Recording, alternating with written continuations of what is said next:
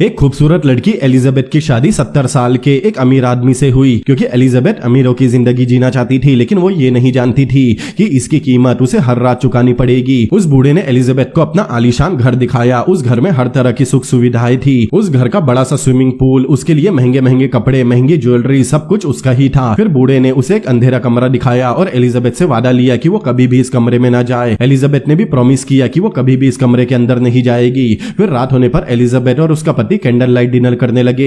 Elizabeth उस बुरे आदमी को सेड्यूस करने के लिए अपने हाथ पर लगी क्रीम चाटने लगी, लेकिन उसकी ये रात इतनी आसानी से गुजरने वाली नहीं थी, क्योंकि बूढ़ा रात भर जवानों की तरह जोश से भरा हुआ था। इसके बाद सुबह जब एलिजाबेथ उठी तो उसका पूरा बदन दर्द कर रहा था और उसका पति उसके बेड पर नहीं था। फिर एलिजाबेथ ने अपनी थकावट मिटाने के लिए स्विमिंग पूल में डुबकी लगाई। नहाने के बाद वो महंगे कपड़े पहनकर मजे से किताब पढ़ते हुए जूस पीने लगी, लेकिन थोड़ी ही देर बाद वो उससे भी बोर हो गई। इसीलिए वो उस कमरे में जाने का सोचने लगी, लेकिन उसे अपना प्रॉमिस याद आया। इसीलिए वो ज्वेलरी देखने लगी और उसे पहनकर खुद को आईने में निहारने लगी। अब एलिजाबेथ को हर रात उस बूढ़े आदमी के जोश का सामना करना पड़ता था, लेकिन उसके मन में बस उस अंधेरे कमरे में जाने की क्यूरियोसिटी जाग रही थी। एक दिन जब बूढ़ा आदमी घर पर नहीं था, तब एलिजाबेथ ने उस कमरे में जाने का फैसला किया और डरते हुए उस कमरे के अंदर चली गई। तब उसे पता चला कि अंदर एक लैब है। उसने गलती से एक बटन दबा दिया, जिससे अचानक एक चेंबर बाहर आया। एलिजाबेथ ने देखा कि उसके अंदर उसके ही जैसी एक और एलिजाबेथ थी जो बेहोश पड़ी थी। उसे देखकर वो डरकर पीछे हट गई। फिर वो अपने रूम में आकर परेशान होते हुए चारों तरफ घूरने लगी और आखिर में उसने पुलिस को फोन करने का फैसला किया, लेकिन उसके फोन में सिग्नल नहीं आ रहा था। थोड़ी देर बाद एलिजाबेथ को चक्कर आया और वो बेहोश हो गई, लेकिन जब उसकी आंखें खुली तो अचानक बूढ़ा आदमी उसके सामने आ गया। बूढ़े आदमी ने एलिजाबेथ से कहा कि प्रॉमिस तोड़कर उसने बहुत बड़ी गलती कर दी, क्योंकि शादी के वक्त उनकी ये डील हुई थी। इस डील को तोड़ने की सजा के तौर पर वो एलिजाबेथ को मारना चाहता था। एलिजाबेथ ने अपनी जान बचाने की कोशिश की, लेकिन उस बूढ़े ने उसका पीछा किया और कुछ देर में एलिजाबेथ को पकड़ लिया। फिर उसने एलिजाबेथ के ऊपर बुरी तरह से हमला किया, जिससे पूरा कमरा खून से भर गया। उसे मारने के बाद बूढ़े ने एलिजाबेथ की लाश को मिट्टी में दफना दिया। एक तरफ एलिजाबेथ की मौत हुई, लेकिन दूसरी तरफ वो दोबारा से अपने बेड पर जाग उठी। अब सारी कहानी दोबारा से दोहराई गई। बूढ़ा आदमी घर में नहीं था और उस कमरे में जाना एलिजाबेथ को अलाउ नहीं था, लेकिन दूसरी बार भी एलिजाबेथ ने वो गलती दोहरा दी। वो फिर से उस कमरे में चली गई जहां उसने खुद को एक चेंबर में देखा था, लेकिन इस बार जब वो बिस्तर में उठी तो उसने देखा कि बूढ़े आदमी के हाथ में एक तौलिया है। उसने तौलिए को पानी में भिगोया। वो समझ गई उसकी जान खतरे में है। जब वो बूढ़ा एलिजाबेथ पर हमला करने गया तो एलिजाबेथ ने बूढ़े आदमी को लात मारी और वहां से भाग गई। फिर उसने बिल्डिंग का दरवाजा खोलने की कोशिश की, लेकिन वो बिल्डिंग एक पिंजरे में बदल चुकी थी। सारे दरवाजे पूरी तरह से बंद थे। बूढ़े आदमी ने आराम से दस्ताने पहने और तौलिए के ऊपर जहर डाल दिया। इधर एलिजाबेथ उससे बचने के लिए इधर उधर दौड़ रही थी।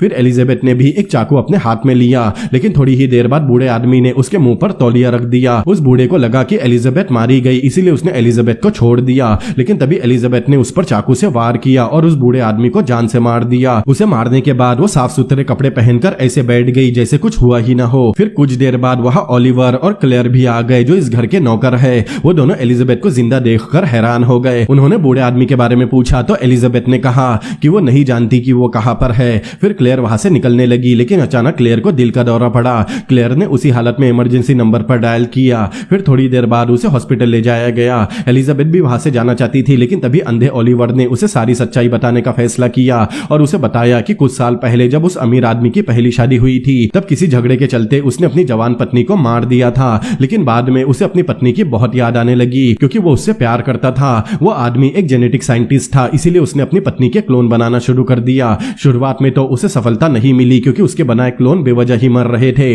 लेकिन आखिर में उसे सफलता मिल ही गई और इस तरह उसने अपनी पत्नी के 6 अलग अलग क्लोन बनाए, जिसमें से उसने एक को जिंदा रखा और बाकी 5 को बैकअप के लिए स्टोर करके रख दिया। और प्रेजेंट टाइम में एलिजाबेथ 5वें नंबर की क्लोन है। एलिजाबेथ ये सब सुनकर हैरान हो गई। तभी उससे मिलने एक पुलिस ऑफिसर आया, क्योंकि एलिजाबेथ ने उसे फोन करके बुलाया था, लेकिन पीछे से अंधे ओलिवर ने उस पुलिस वाले को गोली मार दी और इसके बाद सीधा एलिजाबेथ के गले पर चाकू रख दिया। फिर उसने एक राज बताया कि बूढ़े आदमी ने उसी टाइम पर एक और क्लोन बनाया था, क्योंकि उसे अपने बूढ़े शरीर पर भरोसा नहीं था। उसने खुद अपना एक क्लोन बनाया, जो कि कोई और नहीं बल्कि ओलिवर ही है। अब वो उस बूढ़े आदमी की तरह बात करने लगा। फिर उसने एलिजाबेथ को रस्सी से बांध दिया। इसके बाद उसने लैब में जाकर एलिजाबेथ के आखिरी क्लोन को जगाया। फिर वापस प्रेजेंट एलिजाबेथ के क्लोन को मारने आ गया, लेकिन इस बार एलिजाबेथ ने ओलिवर को बहलाने के लिए उसे अपनी अदाओं से सेड्यूस किया, जिससे ओलिवर उसके जाल में फंस गया। तब एलिजाबेथ ने उसे जमीन पर पटक दिया और दरवाजे का कोड बोलने के लिए मजबूर किया। फिर वो ओलिवर को बुरी तरह पीटने लगी। तब आखिर में उसने दरवाजे का कोड बता दिया, लेकिन तभी पीछे से एलिजाबेथ का वो क्लोन आ गया जिसे ओलिवर ने अभी अभी जगाया था।